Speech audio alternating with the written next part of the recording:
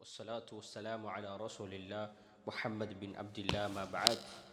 அன்புக்குரிய அல்லாஹ்வின் நல்லடியார்களே, அன்பு சகோதரர்களே, அல்லாஹுடைய மாபெரும் அருளால் தொடராக நாங்கள் ரமலான் மாதத்திலே ஒவ்வொரு துஆக்களை பார்த்து வருகிறோம். நபிகளார் கற்றுத்தந்த அதிலே இன்றைய துஆவாக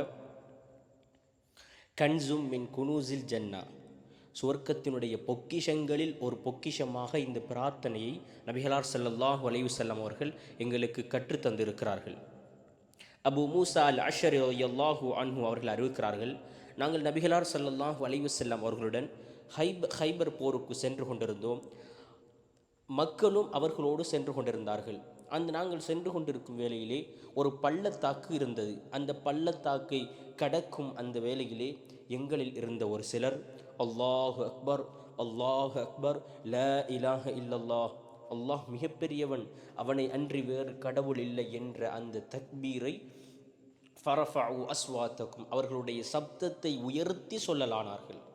உடனே ரசூலுல்லாஹி ஸல்லல்லாஹு அலைஹி வஸல்லம் அவர்கள் அர்பஉ அலா அன்ஃபுசிக்கும், தக்பீர் சொல்லுகின்ற பொழுது மிருதுவாகவும் மெதுவாகவும் சொல்லிக் கொள்ளுங்கள். ஏன் தெரியுமா? அன்னகும் லா ததுஊன அஸம்ம வலா காயிபன், நீங்கள் அழைக்கக்கூடிய அந்த அழைப்பாளன் செவிடனும் அல்ல, அல்லது இல்லாதவனும் அல்லது கேட்கக்கூடாதவனும் அல்ல, அதை கேட்டுக்கொண்டிருப்பான்.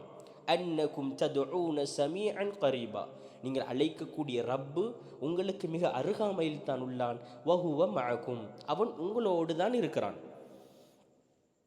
அப்துல்லாஹ் பின் கைஸ் ரலியல்லாஹு அன்ஹு அவர்கள் சொல்லுகிறார்கள், அவர்கள் ரசூலுல்லாஹி ஸல்லல்லாஹு அலைஹி வஸல்லம் அவர்களுடைய அந்த வாகனத்திற்கு பின்னால், அவர்களுடைய அந்த ஒட்டகைக்கு பின்னால் வந்து லா ஹவுல வலா குவத்த இல்லா பில்லா, பாவத்திலிருந்து விடுபடுவதும் நன்மைகள் செய்வதற்கும் அல்லாஹ்வுடைய உதவி இல்லாமல் செய்ய முடியாது என்ற அந்த வாசகத்தை மெதுவாக சொல்கிறார்.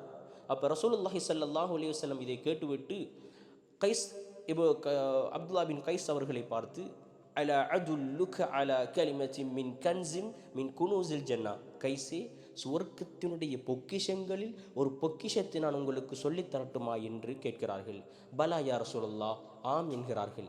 அப்போ அந்த நேரத்தில் அவர்கள் ரசூலுல்லாஹி ஸல்லல்லாஹு அலைஹி வஸல்லம் அவர்கள் அவர்கள் சொன்ன அந்த பிரார்த்தனையை திரும்பவும் சொல்லிக் கொடுக்கிறார்கள்.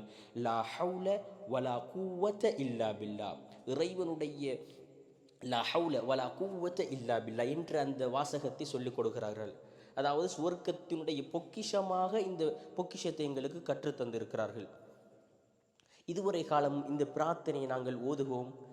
அதாவது எதற்காக ஓதுகிறோம், ஏன் ஓதுகிறோம் என்று தெரியாமல் சர்வசாதாரணமாக ஆச்சரியப்படுகின்ற பொழுது, ஆச்சரியமான விடயங்களை கேட்கின்ற பொழுது, பயம் கோபம் தலைக்கு ஏறுகின்ற பொழுது லா ஹவுல வலா குவத்த இல்லா பில்லா என்றும் சொல்லிக் கொள்கிறோம்.